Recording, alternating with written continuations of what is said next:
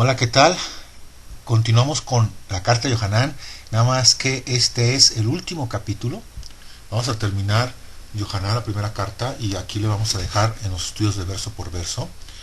Voy a estar sacando algunos videos acerca de los tiempos que estamos viviendo, ya como para terminar este año romano, porque en enero empezamos a estudiar desde Apocalipsis, perdón, desde Génesis hasta Apocalipsis verso por verso. Vamos a empezar a meternos verso por verso. Entonces termino con algunos videos de los tiempos que estamos viviendo, de que tenemos que empezarnos a preparar. Vienen momentos muy difíciles. ¿Ok? Entonces este capítulo 5 lo titulo Viviendo en Fe. Y este es el cierre de la primera carta de Yohanan. Es un autoexamen para ver si estamos en verdad y obviamente para ver si somos salvos.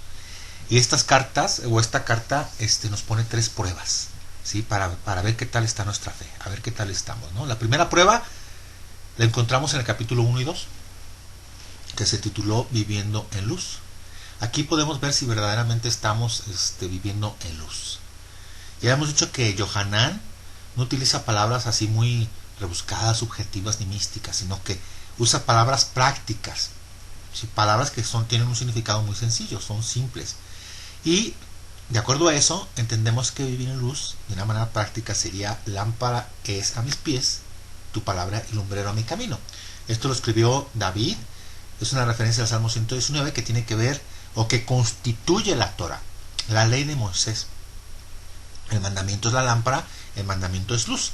Entonces, esta primera prueba nos dice que tenemos que vivir guardando los mandamientos de Moisés.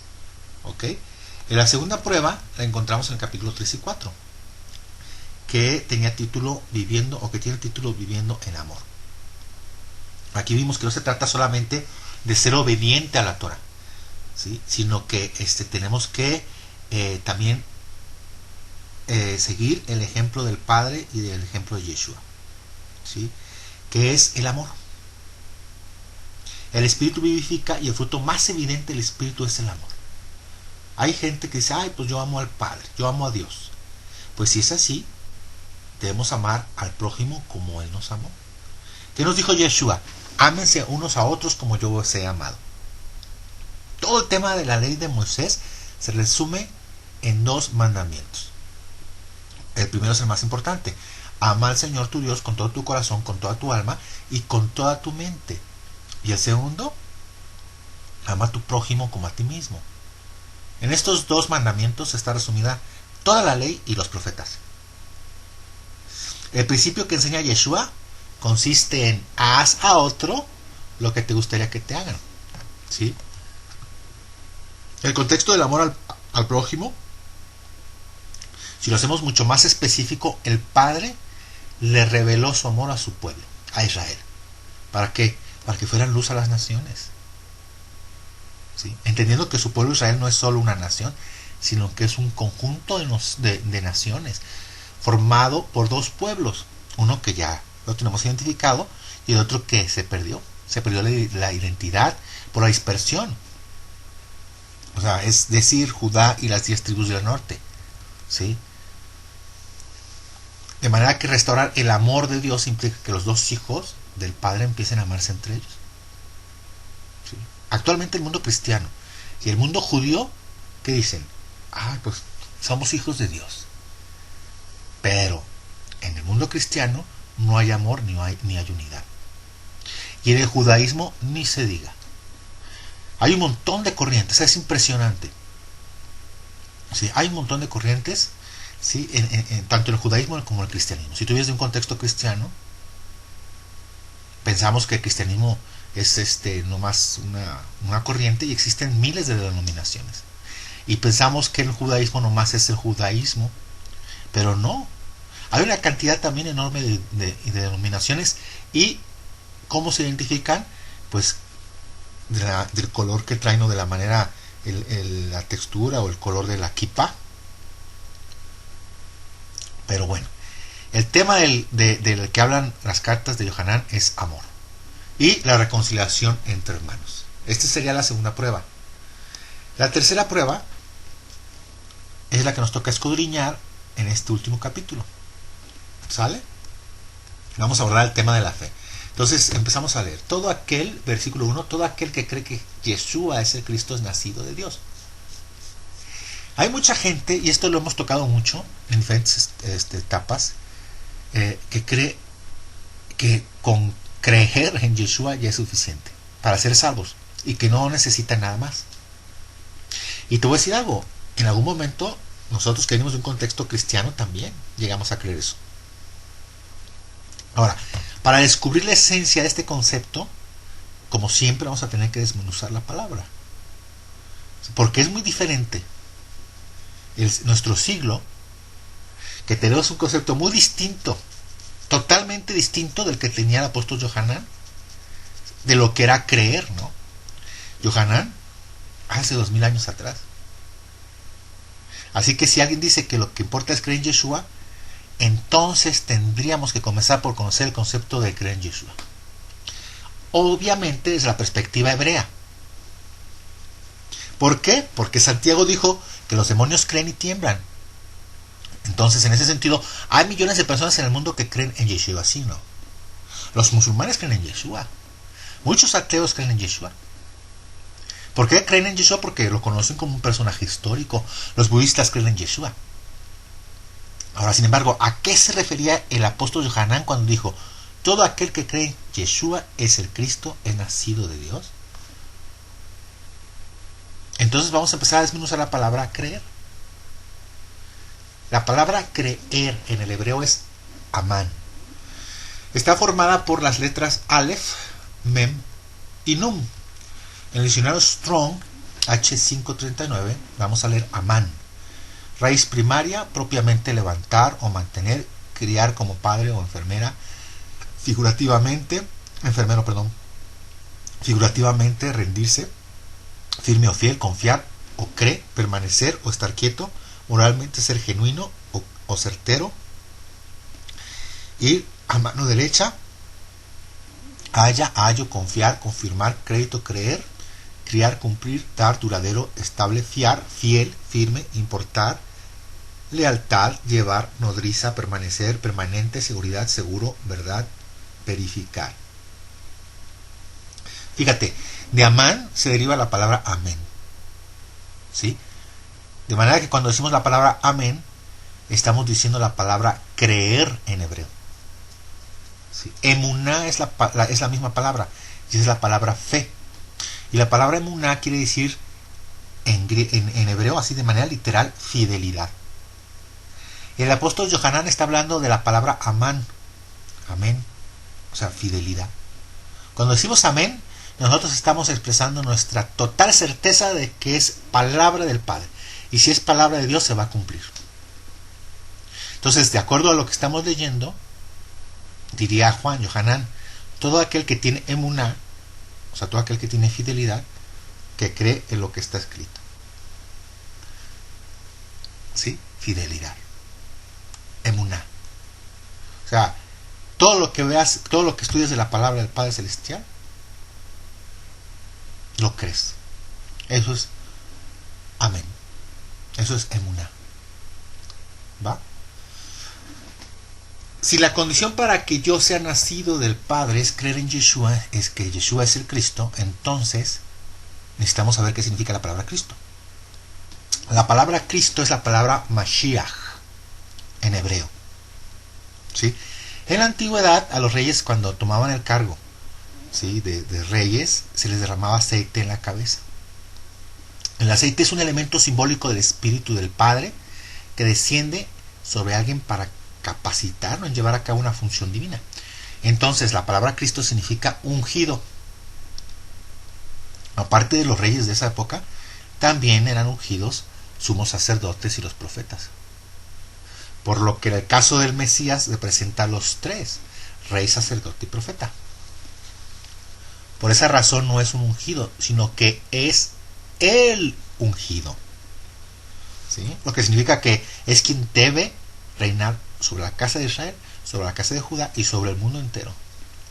Él es el descendiente del rey David, el ungido del Padre por excelencia. Y la promesa dada a David fue que un ungido de su descendencia reinaría sobre las 12 tribus de Israel. Todo esto es lo que hay que encerrar en la palabra Cristo. Hay que comprenderlo desde su contexto real y original. ¿Sí? Por lo que conociendo todo esto vale la pena entonces pues que reconsideremos si, como dicen algunos, lo único que cuenta es creer en Cristo, sin conocer todas las implicaciones de dicha manifestación, pues obviamente con el propósito de no permanecer engañados. ¿Sí? David, ¿qué función tenía? Pues la de gobernar a Israel. Y Israel tenía que ser luz a las naciones, alumbrar a las naciones a través de la luz de la palabra. ¿Y cuál es esa luz? Las instrucciones dadas por Dios. Entonces David, como cabeza de Israel, tenía la responsabilidad de instruir al mundo acerca del único Dios verdadero.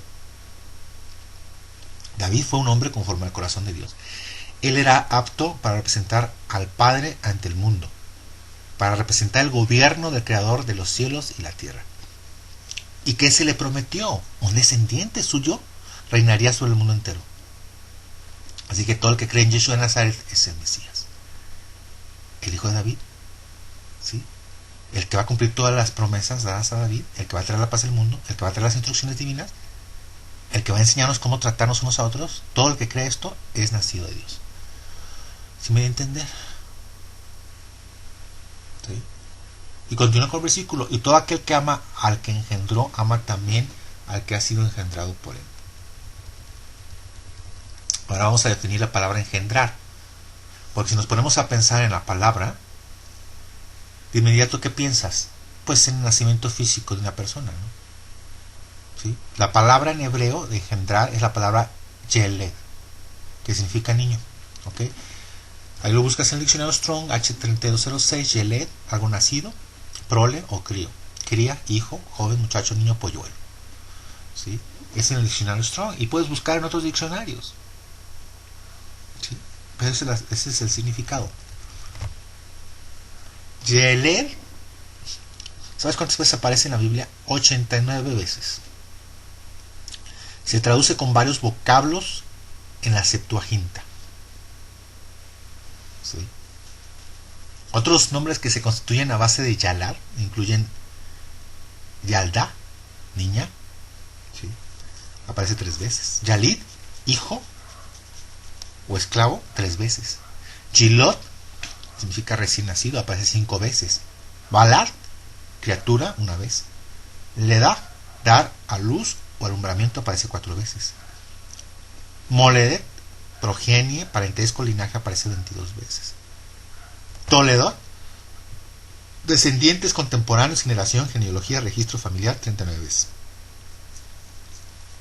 La palabra Yeled, que es la palabra niño en hebreo, son 3 letras, que son la Yud, la Med, Dalet, ¿sí? Y Dalet.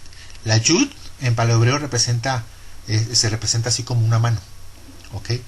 La Lamed es como un bastón, como un báculo de pastor, ¿sí? Y la Dalet es como una casa, una puerta de una casita de campaña. ¿Sí? El bastón y la puerta representan la acción de delegar autoridad a alguien que saldrá de la puerta. Es decir, el patriarca en la casa de campaña le va a dar su bastón para salir de la puerta y seguir su legado a un descendiente suyo. Todo esto implica la palabra engendrar, transferir autoridad, pasarle esta estafeta a alguien. Es la idea detrás de un niño, de que ese niño va a recibir la autoridad de parte del padre. Ese niño va a llegar donde el papá ya no podrá llegar. Por eso el Salmo 127 dice que los niños son como saetas, o sea, las saetas son flechas. Las flechas van a llegar a donde tú no podrás llegar. ¿Sí? La palabra engendrar, Yeled, es dar a luz a alguien que tendrá tu poder y tu autoridad y que la llevará más allá de la puerta. ¿Ok? Hay un salmo específico que nos habla de que el Padre Eterno, el creador del universo, da luz a su Hijo. Y dar a luz implica que lo introduce al mundo, que lo saca de su interior. Yeshua lo expresa diciendo que él estaba en la gloria de su Padre y que él estaba en el seno de su Padre antes de que el mundo fuese. Si pensamos de manera literal, estar dentro del seno del Padre implica que si el Padre es espíritu, hay un momento específico en el que lo introduce al mundo, y cuando lo introduce le dice a todos los ángeles, adórenle. En Hebreos 1:6, y otra vez, cuando introduce al primogénito al mundo, dice, adórenle todos los ángeles de Dios. Y el Salmo 2 es para imaginarnos una ceremonia real, cuando el rey introducía al príncipe que habría de heredar el trono. Te dejo de tarea que leas el Salmo 2. ¿Sí? Este Salmo 2 es un salmo mesiánico. Aquí se describe en ese salmo cómo se introduce al Hijo del Creador del universo. ¿Sí? Hay una doctrina de esa época, que a raíz de esa doctrina, ese rabino se llamaba Maimónides. Era muy famoso en el judaísmo. ¿Sí? Se enseñó un monoteísmo radical en esa época y absoluto, en el cual se dice que el Padre no puede materializarse. Dios no tiene hijo. Se dice que Dios es uno y es absoluto, y que todos somos hijos de Dios. ¿Sí? El judaísmo actual se basa en el monoteísmo absoluto y radical de Maimónides. ¿Sí? Estos judíos niegan cualquier posibilidad de que el Padre tenga un hijo. Pero tenemos que analizar qué judaísmo es más puro. Si el judaísmo de Maimónides del siglo X después de Cristo, o el judaísmo del apóstol Yohanan de hace 2000 años. ¿Tú qué piensas? ¿Cuál judaísmo será el que está más cerca de lo que creían los antiguos hebreos de la época de Abraham, Isaac, Jacob, Moisés, David, etc., los profetas? ¿Cuál será? Porque el judaísmo de Maimónides también es la reacción ante los cristianos. ¿Sí? Porque Maimónides estableció una serie de doctrinas para combatir la fe cristiana, porque la fe cristiana promovía la Trinidad y otros conceptos que ya se fueron al otro extremo, ¿no? ¿Sí? En el tema de tratar de entender la naturaleza divina, ¿cómo podremos o cómo podremos balancearnos para no inclinarnos ni al lado del judaísmo actual ni al lado del cristianismo, que también fue muy influenciado por la filosofía griega? La respuesta es estudiando el Nuevo Testamento y estudiando textos y escritos a los que actualmente se tienen acceso. Y estos escritos son de hace 2000 años, o un poco antes de la época de Yeshua, ¿sí? Que estaban basados en textos como el Salmo del capítulo 2, que Dios tiene un hijo y que ese hijo es un ser que habita desde la eternidad y hasta la eternidad. Sabes que lo formidable es que este concepto del Hijo de Dios no es un concepto moderno ni griego, sino que es un concepto en el que creían los hebreos antiguos, basados en muchísimos textos del Antiguo Testamento. ¿Sí? De manera que lo que Yohanan está exponiendo aquí es que el Padre tiene un hijo y que ese hijo es Yeshua y que Yeshua es el Mesías. ¿Va? Versículo 2: en este conocemos que amamos a los hijos de Dios cuando amamos a Dios y guardamos sus mandamientos. En esto conocemos que amamos a los hijos de Dios cuando amamos a Dios y guardamos sus mandamientos. No hay manera de saber cómo amar si no fuera por la Torah. Un día tuve un conflicto con una persona y se me puso como poseída esta persona. Porque le dije que no sabía qué era amar. Es una persona que viene en un contexto romano, pero aparte se ha alejado muchísimo, los libros la han alejado, el ser intelectual, y pues como que cree y no cree, y crean su propia idea de lo que es Dios y de lo que es amar. Yo le dije, ¿sabes qué? No sabes qué es amar. Mientras no conozcas al Padre, si no crees en el Padre, no sabes qué es el amor. Si no crees en el Verbo, no sabes qué es el amor. En pocas palabras, si no crees en la Torah, no sabes qué es amar. ¿Sí? Porque el amor no debe conceptualizarse desde un punto de vista personal, sino como lo estableció el Padre. ¿Sí o no hay homosexuales y escuchamos que dicen que se aman? Ahora, ¿está correcto? ¿Eso es carnal, es humano? Y si lo comparamos a la luz de la Torah, nos vamos a dar cuenta que el concepto de amor de esas personas está distorsionado y es un amor depravado. No por lo que o sea, que salga de nosotros decirlo, sino porque lo dice la Torá. Los mandamientos del Padre expresan lo que es el amor. Enseñan cómo amar a nuestro semejante. El concepto que tenemos del amor es un concepto del mundo. ¿Sí? Es un concepto totalmente mundano. Versículo 3. Pues este es el amor a Dios, que guardemos sus mandamientos, y sus mandamientos no son gravosos.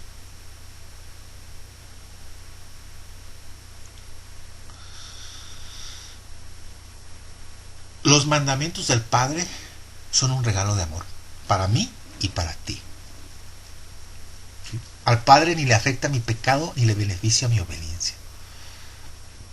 Hay quienes creen que a Dios le beneficia que cumplamos sus mandamientos. Fíjate. Ve a Job 35:5. Mira las nubes y el cielo, mira lo alto que están. A Dios no le afecta en nada que te pases la vida pecando. Y aún suponiendo que no peques, Dios no se beneficia en nada. El daño o el beneficio de que peques o no peques es para los que viven contigo. Eres influencia sobre los demás. Ahora, de acuerdo a la tradición judía, hay 613 mandamientos. 613 mandamientos. ¿Ok? Suma 6 más 1, 7. Más 3, 10. Es el resultado. Lo que significa que los 10 mandamientos están resumidos en los 613 mandamientos. Esos 10 mandamientos fueron escritos en 2 tablas. Cada una de esas 2 tablas expresan los 2 mandamientos más importantes. La primera tabla expresa el amor al Padre, y la segunda tabla expresa el amor al prójimo. En eso se resume toda la ley de Moisés. ¿Sí? Y de esos 613 mandamientos, 248 son mandamientos positivos, son mandamientos de hacer. Y 365 son mandamientos negativos, de no hacer. ¿Sí? Según el mandamiento, o más bien, según el pensamiento judío, los 248 mandamientos que no son de hacer son motivados por el amor. Es decir, que se cumplen por amor. ¿Sí? Y al revés, la motivación de los siguientes 365 mandamientos negativos es el temor. Lo que significa que nuestra relación con Dios tiene que estar fundamentada en amor y temor. No un temor de que nos pueda suceder algo porque, no. ¿Sí? Se refiere al temor como principio de la sabiduría. Ese temor al Señor se refiere a tener temor a ofenderlo. Debemos tener tal nivel de respeto y de reverencia por lo que Él ha hecho en nuestra vida, que tenemos que tener temor de ofenderlo. Diario. Así que la motivación que tenemos para obedecer los mandamientos negativos lo constituye el temor a Dios. Es el principio de la sabiduría, hombre. Si cuando para el hombre no es suficiente el amor de Dios, entonces es necesario el temor a Dios. Cuando nuestro amor falla por ser imperfecto, entonces entra a nuestro rescate el temor a Dios. ¿Sí? En Deuteronomio capítulo 28 se expresa primeramente la exhortación al cumplimiento de la instrucción del Padre mediante el amor a través de promesas de bendiciones extraordinarias. Pero en la segunda parte del capítulo se expresa la exhortación al cumplimiento de la instrucción del Padre mediante el temor, a través del juicio que vendría sobre Israel por su desobediencia. ¿Sí? El yugo del Señor es fácil y su carga ligera. Versículo 4. Porque todo lo que es nacido de Dios vence al mundo, y esta es la victoria que ha vencido al mundo, nuestra fe. Nuestra fe no expira. Los cielos y la tierra pasarán, pero mis palabras nunca pasarán. Nuestra fe vence al mundo, porque el mundo y sus afanes pasarán. Pero el que hace la voluntad del Padre permanece para siempre. El que vence al mundo es Israel. Y el que vence al mundo es el que cree que Yeshua es el Hijo de Dios. ¿Va? Versículo 5. ¿Quién es el que vence al mundo sino el que cree que Yeshua es el Hijo de Dios?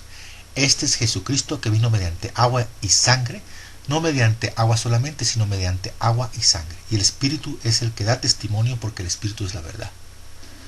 3 elementos se mencionan aquí: espíritu, sangre y agua. Acuérdense que Yohanan está usando terminología hebrea de su época, ¿ok? La función del Espíritu del Padre es escribir sus leyes en nuestro corazón. La sangre se menciona porque sin derramar sangre no se hace remisión de pecados. Sí, el centro del culto del pueblo de Israel era el tabernáculo. Y en el tabernáculo se verificaban las ofrendas por el pecado, como derramando sangre. El agua tiene una importancia descrita en Ezequiel 36. Hay que leer Ezequiel 36, 25. Esparciré sobre vosotros agua limpia, y seréis limpiados de todas vuestras inmundicias.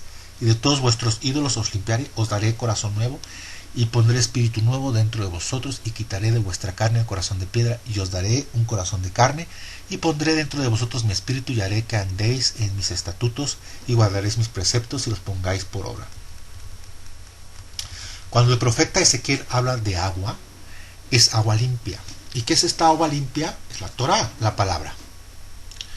Estos son los 3 elementos que vemos en la cruz. Es decir, cuando conocemos la cruz, el Espíritu nos da testimonio de que Yeshua es el Hijo de Dios. Después, cuando lo clavaron, o sea, la lanza en su costado, ¿qué salió? Sangre y agua. ¿Sí? La sangre, cuyo tema es todo el libro de Levítico, en el momento de que salió de él, nos da testimonio de que él es la sangre que se derrama por el pecado. Su sangre fue derramada para nuestros pecados, para nuestra expiación. Y el agua que sale de su costado, cuando su corazón explotó, nos da testimonio de que somos limpiados por su obediencia a la instrucción del Padre. Nuestra culpa por la transgresión está depositada en la cruz, y la obediencia perfecta de Yeshua se nos está atribuyendo a nosotros. Esto es impresionante. Es impresionante. ¿Sí? Espíritu y verdad son sinónimos. Fíjate, es una verdadera tragedia a lo que se ha llegado en ciertos círculos teológicos, que enseñan que el estudiar mucho es poco espiritual. Hace poco me pasó. Una persona se metió a la página de tu servidor y empezó a estudiar Gálatas. Y